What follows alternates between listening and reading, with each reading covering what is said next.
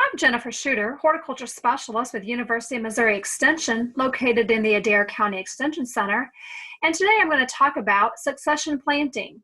Succession planting is really important if you are a market gardener or commercial grower and you're selling to a farmer's market, or you have a U-pick operation, or you are running a produce stand.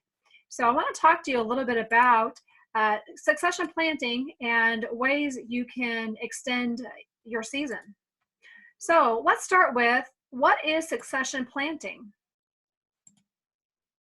Succession planting is staggering plantings or planting multiple crops in the same area throughout the season.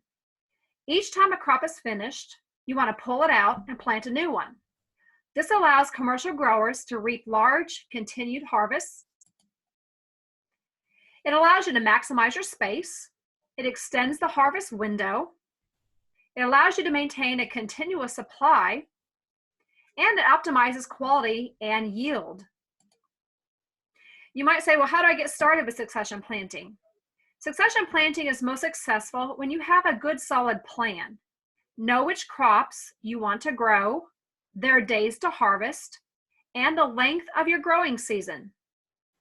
Develop spring, summer, and fall maps if you plan to practice succession planting. Cool season crops like broccoli, lettuce, peas are followed by warm season crops like beans, tomatoes, peppers, squash, which then may be followed by more cool season plants or a winter cover crop. Here are some strategies to ensure a continuous supply of fresh produce into the fall and the winter. Start planting varieties that are adapted to mature in cooler temperatures. Plant several varieties of the same crop that have different days to maturity. Incrementally time successive plantings more closely together, as they will be maturing more slowly into the fall. Check the number of days a variety takes to mature to ensure that your harvest is before the first expected fall frost. Adopt season extension technology for crops that mature into the fall to cover and hold them in the field without damage from early winter weather. You could use row covers or low tunnels with row cover on them.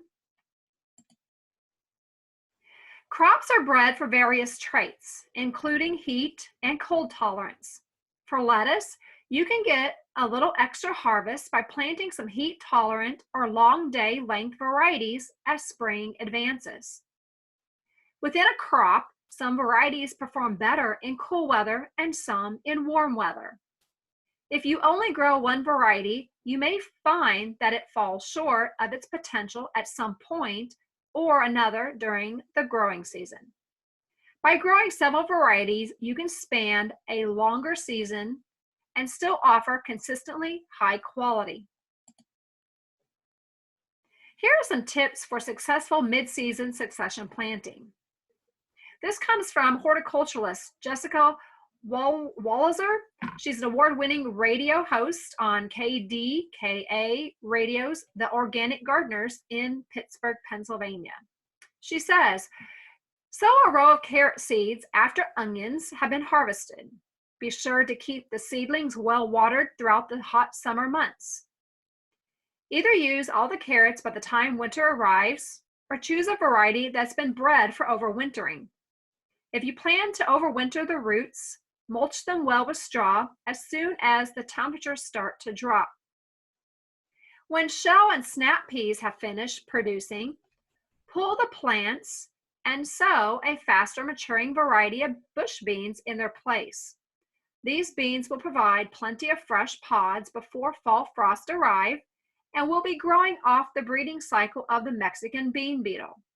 Midsummer bean crops are less likely to suffer extensive damage from this pest. I will have to say that my best crop of beans is grown in the fall. I make a planting of green beans in August for harvesting in late September until the frost. And I do not have the insect problems like I do when I make a planting in May for harvest in June and early July. So I really do like the fall harvest for green beans.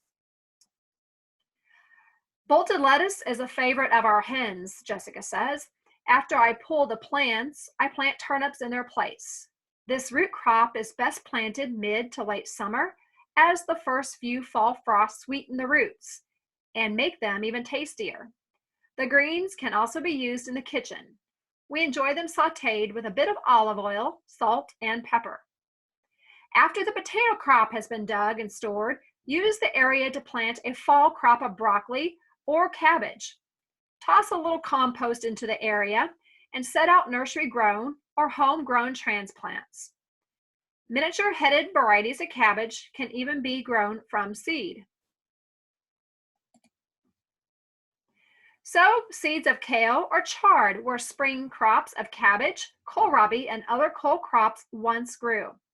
These greens are easily grown from seed, and selecting varieties with shorter maturation dates means you'll have plenty of greens until frost and even beyond.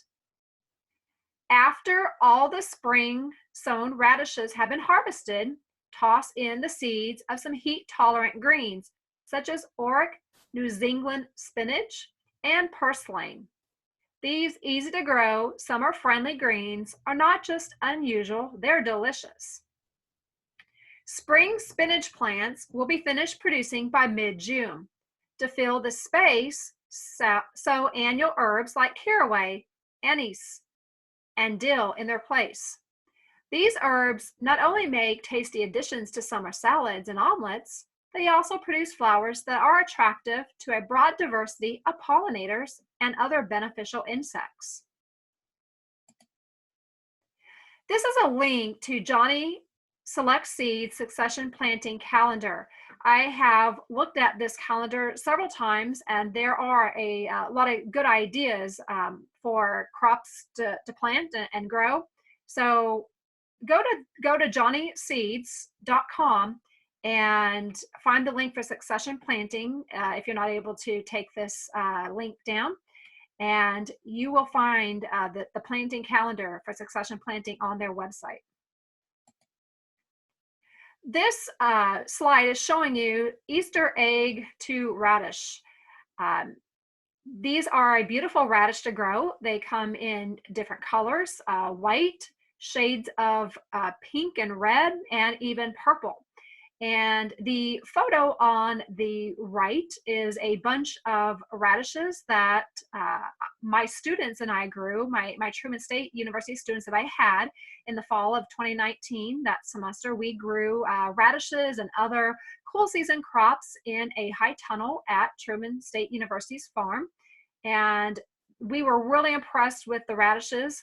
The students even commented how mild the radishes were, how pretty they were.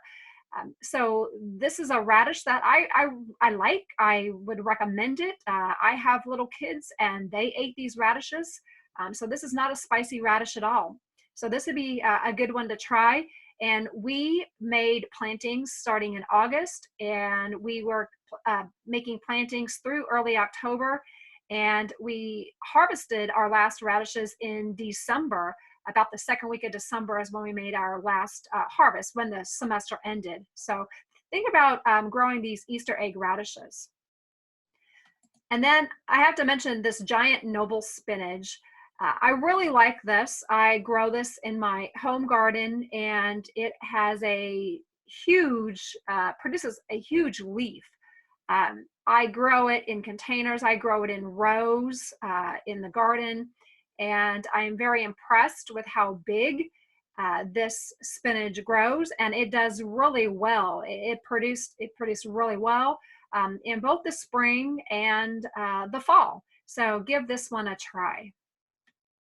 And I'm going to end with this quote from ELIOT Coleman. A lot of gardeners, market gardeners, commercial growers know who ELIOT Coleman is. And I had the opportunity to attend a conference, the Great Plains Growers Conference in St. Joseph a few years ago, where ELIOT was a speaker. And so I'm going to end this presentation with a quote from ELIOT Coleman. If farmed intensively, a small area of land can be very productive. The key to increase productivity is to make better year-round use of every square foot. Through our focus on double and triple cropping, we have achieved gross yields per acre that are almost double what might be expected off our small acreage. And if you have any other questions or have any questions about succession planting, please contact me at the Adair County Extension Center. You can call me at 660-665-9866, or you can send me an email at SchutterJL, that is SCHUTTERJL, at Missouri, spelled out, .edu. Thank you.